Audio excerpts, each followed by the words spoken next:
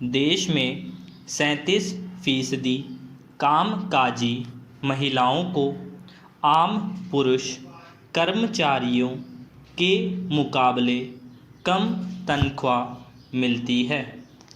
इस तथ्य पर भी गौर करना होगा कि महिलाओं को कामकाज के बराबर अवसर देने के मामले में हम 55 देशों की सूची में 52वें नंबर पर हैं। इस सूची में न्यूजीलैंड पहले नंबर पर और अमेरिका जैसा विकसित देश चौथे नंबर पर है। हमारा पड़ोसी चीन भी 29वें नंबर पर है। दरअसल ये आंकड़े हमें खुद से सवाल पूछने के लिए प्रेरित करते हैं कि आखिर हम कौन सी दुनिया अपने आसपास बुन रहे हैं। क्या हम अब भी लैंगिक भेदभाव से बाहर नहीं निकलना चाहते हैं? क्या हमें अब भी महिलाएं कमतर दिखाई देती है, खासकर ऐसे वक्त में जब हर क्षेत्र में महिलाएं पुरुषों के मुकाबले बेहतर काम करने की हिम्मत दिखा रही है और परिणाम देने की कोशिश कर रही हैं। पैरा लिंक्डइन के एक सर्वे के मुताबिक अब भी कार्यस्थलों पर कामकाजी महिलाओं के साथ भेदभाव किया जाता है। महिलाएं पुरुषों के बराबर तनख्वाह के लिए भी संघर्ष कर रही है। यहाँ तक कि पदोन्नति में भी उनके साथ भेदभाव हो रहा है।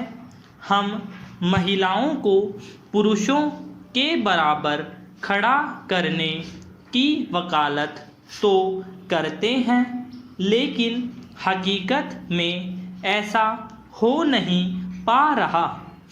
इस विषय पर बहस हो सकती है और तर्क वितर्क भी आएंगे, लेकिन अगर कुछ नहीं आता है तो सिर्फ समाधान।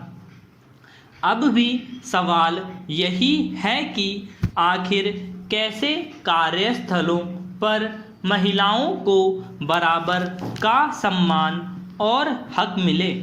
पैरा यह बात किसी से छिपी हुई नहीं है कि कामकाजी महिलाओं को दोहरी भूमिका निभानी होती है। उन पर घर की जिम्मेदारी के साथ अपने कामकाज की भी जिम्मेदारी होती है। इसके बावजूद उन्होंने हमेशा बेहतर परिणाम देने की कोशिश की है। इसलिए कार्यस्थल पर लैंगिक भेदभाव से रहित माहौल बनाने की कोशिश आवश्यक है। कार्य विभाजन से लेकर दूसरी जिम्मेदारियों में लैंगिक नज़रिए से बंटवारा नहीं होना चाहिए।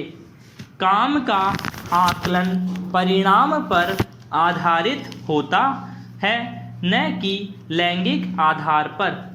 यह वक्त सोच बदलने का है और नियोक्ता से ज़्यादा सोच बदलने की ज़रूरत है सहकर्मियों को।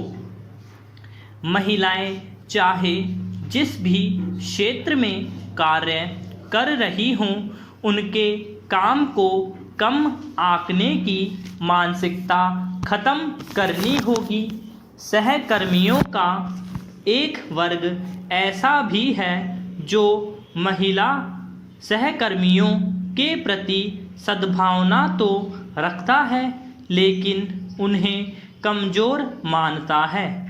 मात्र सद्भावना रखने से काम नहीं चलने वाला, बल्कि उनका मजबूती से साथ देना भी आवश्यक है।